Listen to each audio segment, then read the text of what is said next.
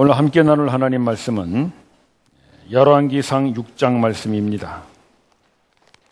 열왕기상 6장 1절에서 10절까지 말씀을 함께 하시겠습니다. 6장. 이스라엘 자손이 애굽 땅에서 나온 지 480년이요 솔로몬이 이스라엘 왕이 된 지 4년 15월 곧 2월에 솔로몬이 여호와를 위하여 전 건축하기를 시작하였더라. 솔로몬 왕이 여호와를 위하여 건축한 전은 장이 60규빗이요 광이 20규빗이요 고가 30규빗이며 전의 성수 앞 낭실의 장은 전의 광과 같이 20규빗이요 그 광은 전 앞에서부터 10규빗이며 전을 위하여 붙박이 교창을 내고 또 전의 벽 곧 성소와 지성소의 벽에 연접하여 돌아가며 다락들을 건축하되 다락마다 돌아가며 골방들을 만들었으니 하층 다락의 광은 5규빗이요 중층 다락의 광은 6규빗이요 제3층 다락의 광은 7규빗이라. 전의 벽 바깥으로 돌아가며 턱을 내어 골방 들보들로 전의 벽에 막히지 않게 하였으며 이 전은 건축할 때에 돌을 뜨는 곳에서 치석하고 가져다가 건축하였으므로 건축하는 동안에 전 속에서는 방망이나 도끼나 모든 철 연장 소리가 들리지 아니하였으며 중층 골방의 문은 전 오른편에 있는데 나사 모양 사닥다리로 말미암아 하층에서 중층에 오르고 중층에서 제3층에 오르게 하였더라. 전의 건축이 마치니라. 그 전은 백향목 석가래와 널판으로 덮였고 또 온전으로 돌아가며 고가 5규빗 되는 다락방을 건축하되 백향목 들보로 전에 연접하게 하였더라. 아멘. 솔로몬 왕이 성전 건축을 시작했습니다. 이때가 이제 출애굽 후 480년 후다 그렇게 되어 있으니까 연대기로 치면은 출애굽을 보통 BC 1446년으로 봅니다.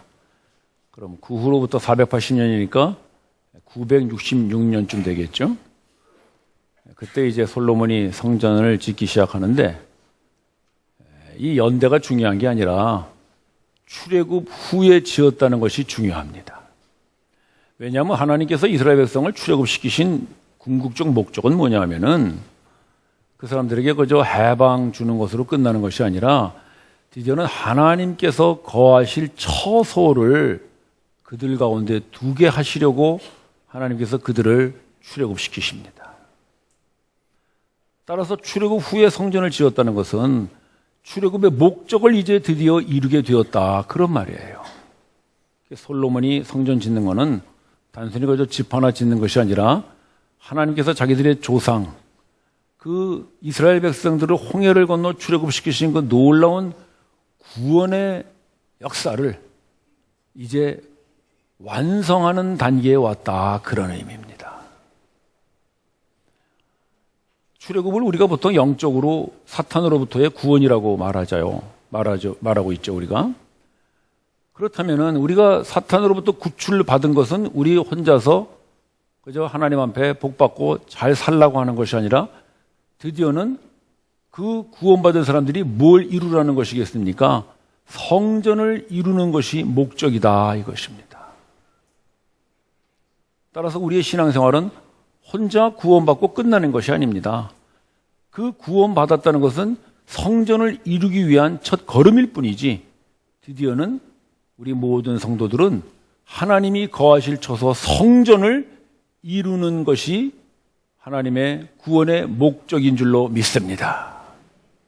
우리 에베소서 말씀 한번 잠깐 보고 갑시다. 에베소서 2장 22절 말씀인데요. 자, 여러분들이 한번 읽어보시기 바랍니다. 자, 2장 22절이죠. 한번 읽어보시죠. 시작.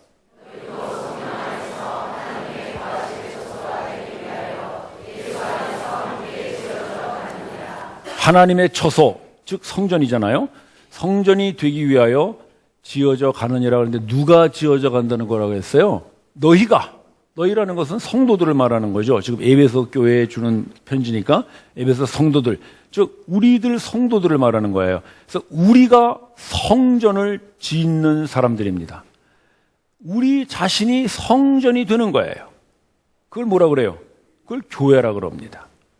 따라서 성전이라는 것은 구약 시대에는 돌로 만든 건물이지만 이제 예수님이 오신 신약 시대에는 돌로 만든 이 예배당이 아니라 바로 성도들 여러분들 한 사람 한 사람들이 이루는 그 교회가 바로 성전인 줄을 믿으십시오.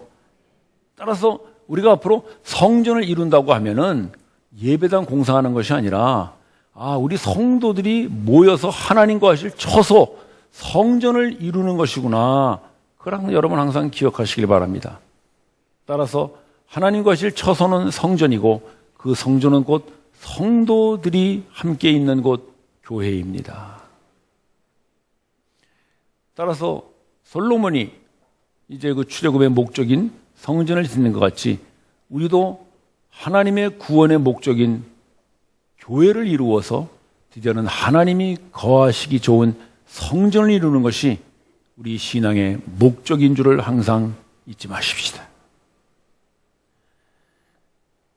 드디어 이제 성전을 짓는데 어떻게 짓는가 한번 봅시다. 2절 보시죠. 크기를 말하는데요. 장이 60규빗이요 그랬죠. 장이라는 건 길이를 말하는데 60규빗이면은요 1규빗이 약 45cm 정도 됩니다. 그러니까 한 30m쯤 된다고 보면 되겠죠. 또 광이 20규빗이요. 광은 폭인데 한 10m쯤 된다고 볼 수 있습니다. 그러면 30m, 10m 하면은 계산 빠르신 분 몇 평쯤 되나요? 한 100평쯤 되겠죠. 또 고가 30규빗이요. 그러니까 15m. 한 5층 건물쯤 된다고 볼 수 있습니다. 우리가 제일 쉽게 연상할 수 있는 것이 우리 복지관 건물 생각하시면 됩니다. 복지관 건물이 한 80평 정도 되고 4층 건물이니까 복지관보다 조금 크다고 볼 수 있습니다. 그게 솔로몬이 지은 성전의 모양입니다. 그림으로 한번 볼까요? 그림으로. 한번 보여주시죠. 예, 이렇게 생겼어요. 복지관하고 좀 비슷하게 생겼나요? 예. 앞에만 좀 다르지 뭐 비슷하죠? 길쭉하게 저렇게 생겼습니다. 그러면 솔로몬이 어떻게 저렇게 60규빗, 뭐 30규빗 이런 것들을 생각하고 지었느냐?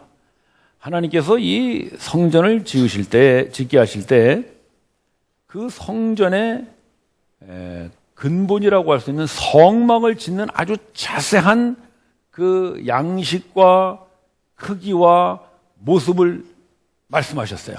출애굽기 말씀 한번 보시죠. 출애굽기 한번 보여주세요. 네, 25장 말씀인데 여러분들 한번 읽어보시기 바랍니다. 시작.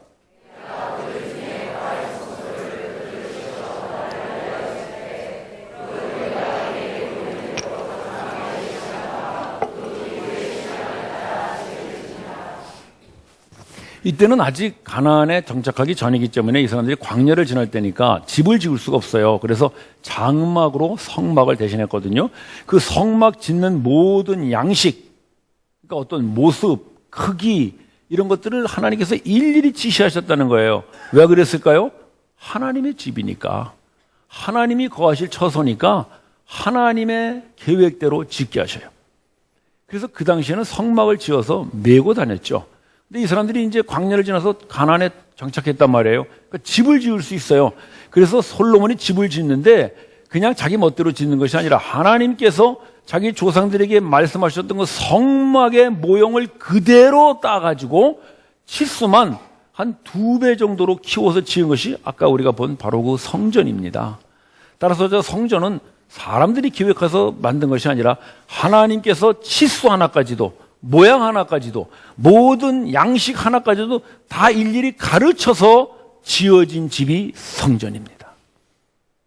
따라서 이스라엘 백성들은 보이지 않는 하나님을 보이는 그 성전의 모습으로서 하나님이 항상 우리와 함께 하시다는 것을 믿고 또 바라고 선포하며 살았습니다.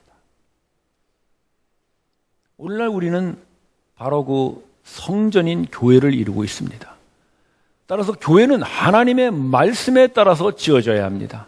하나님이 계획하시고 하나님이 준비하시고 하나님이 지시한 대로 지어야 하는 것이 바로 하나님의 성전 교회인 줄을 믿습니다. 오늘은 우리 교회가 38년 된 날을 감사하며 드리는 예배입니다. 제가 38년을 돌이켜 생각해 보면 과연 우리 교회는 하나님의 말씀대로 지어져 왔구나. 제가 참 그런 생각을 잊을 수가 없습니다. 제가 저희 교회에 부임한 게 한 11년 됐습니다.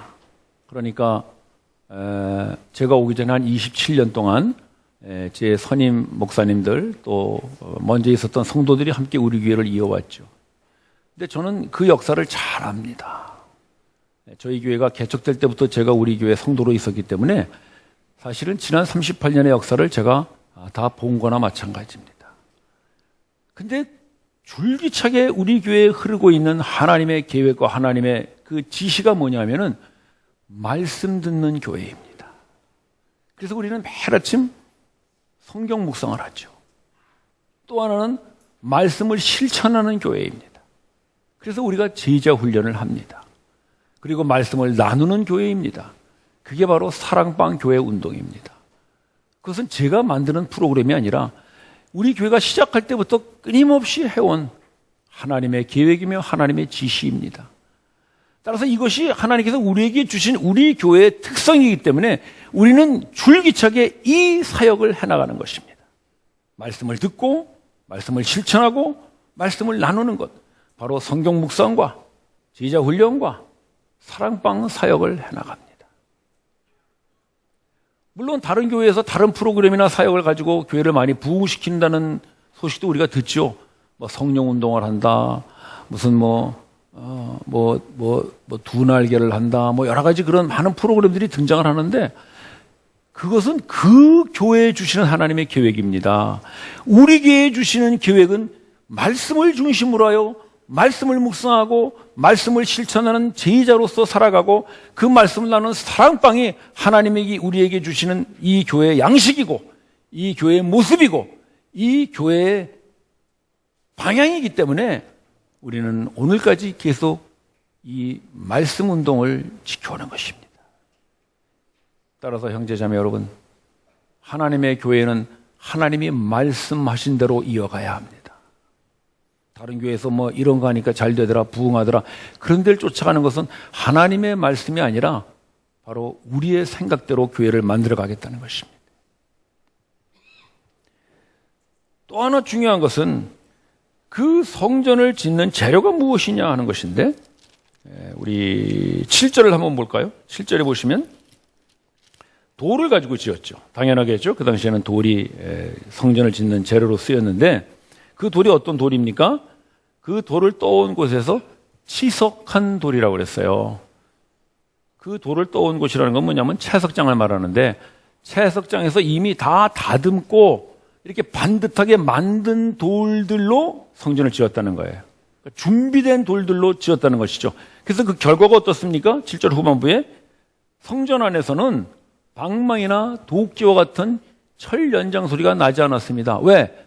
이미 다 만들어지고 다듬어진 돌을 갖다가 세웠으니까 거기서 깎고 뭐 이렇게 자르고 하는 이런 필요가 없는 것이죠. 이게 바로 성전을 세우는 아주 중요한 하나님의 방법이었습니다. 여러분, 교회는 하나님이 준비된 돌 같은 그런 성도들을 모아서 세우는 하나님의 교회인 줄을 믿으십시오. 따라서 교회 성장은 시끄러운 잡음이 없습니다. 교회에 잡음이 있고 시끄러운 것은 하나님의 방법이 아닙니다. 그것은 사람들이 자기의 욕심과 자기의 계획대로 무언가 해보려고 하니까 자꾸 잡음이 생기고 시끄러운 소리들이 나는 것이지, 정상적으로 하나님이 다스리는 교회는 소리가 나질 않습니다. 연장 소리가 나질 않습니다. 왜 그러냐 하면 바로 교회에 모으는 성도 한 사람 한 사람들은 하나님께서 그리스도의 십자가를 통과하여 모인 사람들이기 때문에 더 이상 예수 그리스도와 함께 죽고 부활한 생명으로 소리가 없는 줄로 믿습니다. 따라서 교회 안에 잡음이 생기고 교회 안에 시끄러운 일이 생기면은 그것은 십자가로 돌아가야 합니다. 답이 뭐야? 해결 방법이 뭐야? 누가 잘못했어? 그런 걸 따지는 것이 아니라 십자가로 돌아가야 합니다. 십자가로 돌아가서 그 십자가를 통과할 때만이 성도는 다듬어진 돌이 되어서 교회 안에 시끄러운 소리나 잡음이 사라지게 합니다. 형제자매 여러분, 혹시 우리 교회에 잡음이나 시끄러운 소리가 생긴다면 남 탓하지 말고 혹시 내가 십자가를 통과하지 않은 거 아닌가 돌아보십시오. 십자가를 통과했는데도 그 십자가를 잊어버리고 산다면 다시 십자가로 돌아가십시오. 십자가를 통과한 자만이 하나님은 교회의 성도로 쓰십니다. 그 사람들은 하나님께서 십자가에서 다듬으십니다. 깨뜨릴 거 깨뜨리시고 부서뜨릴 거 부서뜨리시고 우리의 잡음과 시끄러운 소리를 내는 옛사람은 십자가에서 죽이시고 온전히 주님의 교회를 이루는 새로운 생명의 성도들로 세워주실 줄을 믿습니다. 여러분들은 바로 그런 사람들입니다. 이것은 교회 공동체뿐 아니라 개인도 똑같습니다. 여러분들 속에 무언가 불평, 불만, 시끄러운 잡음 이런 것들이 계속 일어난다면 여러분 그것을 밖에서 찾으려고 하지 마시고 여러분 속에 십자가가 통과되었는가를 기억하십시오. 십자가로 돌아가셔야 됩니다. 그리스도의 십자가로 돌아가셔야만이 여러분들 속에서 일어나는 수많은 잡음과 시끄러운 소리들은 사라집니다. 그것이 정상적인 성도이고 정상적인 교회입니다. 또 무엇으로 만들었습니까? 9절 볼까요? 9절에는 백향목 석가래와 널판으로 그 지붕을 덮었습니다. 백향목이라는 건 상당히 좋은 나무죠. 근데 그 백향목을 사용한 것은 두 가지 방법이 있었는데 하나는 석가래를 썼어요. 석가래로 썼다면 백향목 나무 그냥 그걸 통째로 잘라서 썼다는 뜻 아니겠어요? 아마 튼튼한 그런 재료를 썼겠죠. 널판으로 썼다는 것은 그 백향목 나무를 잘랐습니다. 그래서 이렇게 길고 좁다란 그런 널판으로 만들어서 지붕을 덮은 것입니다. 따라서 우리가 성전을 이루는 성도들로서 우리는 돌이나 백향목 나무 같은 제목들입니다. 어떤 분은 잘 다듬어진 그런 돌일 수도 있고요. 어떤 분은 혹시 그 틈 사이를 막는 그런 짜투리 돌일 수도 있습니다. 그러나 잘 다듬어진 큰 돌이든 짜투리 돌이든 모두 하나님의 성전을 이루는 데는 꼭 필요한 제목들임을 잊지 마십시다. 백향목도 그렇습니다. 튼튼한 성도는 석가래같이 그렇게 그냥 통째로 쓸 수 있겠죠. 그러나 그렇지 못한 성도들, 잘라서 널판같이 얇고 좁게 그렇게 만들어서 쓰는 성도들도 있습니다. 그러나 석가래로 쓰던 널판으로 쓰던 모두 다 하나님의 성전을 짓는 제목들임을 여러분 항상 잊지 마십시다. 따라서 하나님이 여러분들을 성도로 불러서 성전을 이루시는 것은 하나님의 교회를 이루는 것과 동시에 여러분 한 사람 한 사람들이 있음으로써 하나님의 성전은 세워집니다. 그만큼 우리 옆에 있는 형제 자매는 하나님의 교회에 소중하고 나에게 소중한 분입니다. 우리 옆에 있는 형제 자매들에게 그렇게 한번 인사하십시다. 형제님이 우리 교회에 꼭 필요합니다.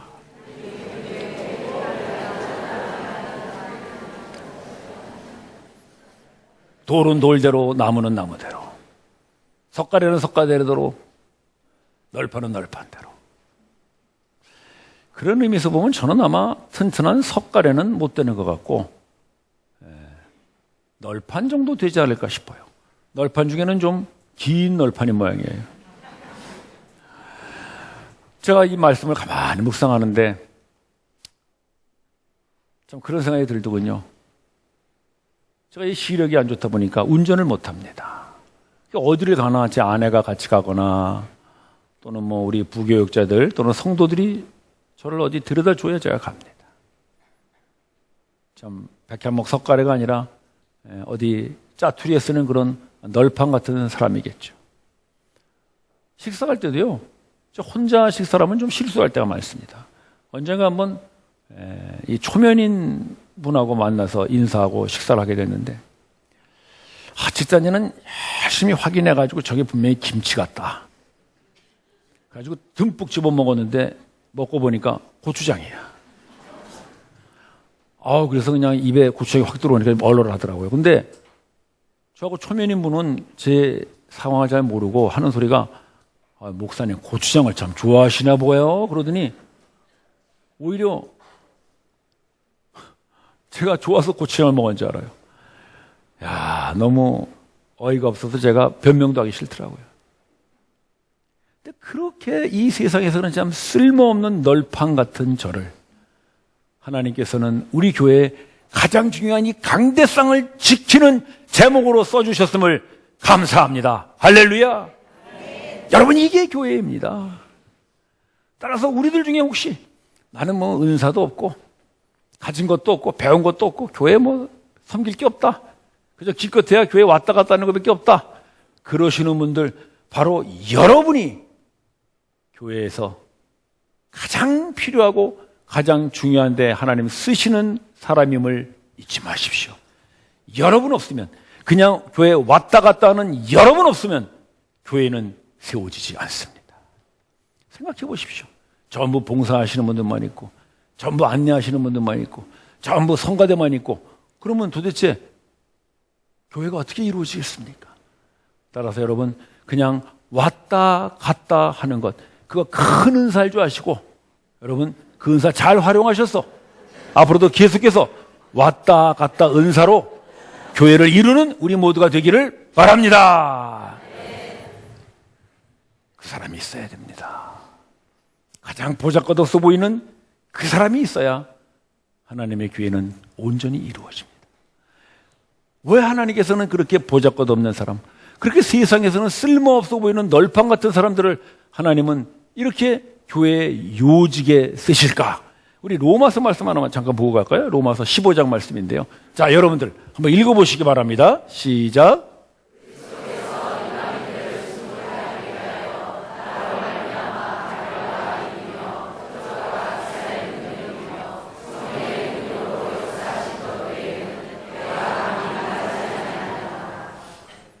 바울 사도의 로마서 마지막 고백입니다. 바울 사도만큼 자랑할 것이 있는 사람도 없을 거예요. 율법에 통달했죠. 뭐 성경을 아주 그냥 줄줄 꿰는 사람이잖아요. 근데 그 사람은 그런 거를 자기가 말하지 않고 오로지 뭡니까? 성령의 능력으로 역사한 것만 나는 말하리라. 바울은 자기가 가지고 있는 그런 지식과 수많은 학문적 배경을 다 버리고 오로지 자기의 약함을 자랑했습니다. 그 사람은 평생 사탄의 사자라고까지 말하는 육체의 가시를 안고 살았던 사람이죠. 또 그는 전도하러 돌아다니면서 수많은 박해와 고난을 겪은 사람입니다. 그러나 바울은 자기의 그 육체의 가시의 약함을 자랑하고 자기가 전도하면서 받았던 수많은 박해와 고난을 오히려 자랑했습니다. 왜냐하면 자기의 그 약한 그 자리가 바로 성령의 능력이 임하시는 자리임을 알았기 때문입니다. 그래서 바울 사도가 유명한 얘기를 하죠. 나의 약함이 하나님의 강하심이 임하는 자리다. 고린도후서 12장 말씀입니다. 따라서 하나님께서는 가장 보잘것없는 사람, 가장 필요 없어 보이는 사람, 이 세상에서 가장 버림받은 것 같은 그런 사람을 교회 안에서 가장 요긴한 사람으로 쓰십니다. 가장 아름다운 사람으로 쓰십니다. 왜? 그는 자랑할 것이 없기 때문입니다. 그래서 오로지 자랑할 것은 성령의 능력밖에 없다고 말하게 하시고자 하나님은 그렇게 왔다 갔다 하는 사람 하나님 쓰십니다. 세상에서 필요 없는 사람, 쓸모없는 사람, 손가락질 받는 사람 하나님은 교회 안에서 귀하게 쓰시는 줄로 믿습니다. 따라서 교회는 이 두 가지를 항상 지켜야 합니다. 여러분 저를 따라 하시기 바랍니다. 하나님의 교회는 하나님의 말씀으로 세워집니다. 성도는 계속 따라서 두 번째, 이를 제가 얘기 안 해서 그렇구만. 2번, 성도는 하나님의 성전을 세우는 제목입니다. 이 두 가지가 교회입니다. 우리가 38년 하나님께서 우리 교회를 이렇게 이끌어 오셨습니다. 하나님의 말씀으로 세우셨고 우리 모든 성도들 한 사람 한 사람들을 귀한 제목으로 쓰셔서 오늘까지 오게 하셨습니다. 그 하나님을 찬양하고 그 하나님께 영광을 돌릴 뿐입니다. 이렇게 성전이 맞춰졌을 때 하나님께서 솔로몬에게 나타나셔서 약속을 주십니다. 그게 12절 말씀인데 여러분 12절을 한번 다 같이 읽어보시기 바랍니다. 열왕기상 6장 12절입니다. 함께 읽으시죠. 시작.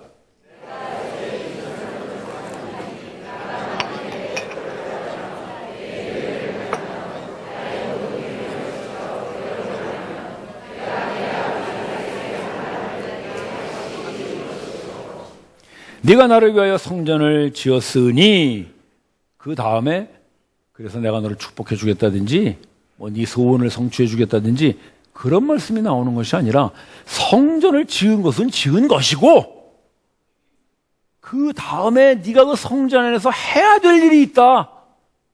그게 뭐예요? 하나님의 법도를 따르고 하나님의 율례를 행하며 하나님의 모든 계명을 지키는 것. 그것을 네가 행하면 네 아비 다윗에게 주었던 그 약속을 내가 이루리라 하나님 말씀하십니다.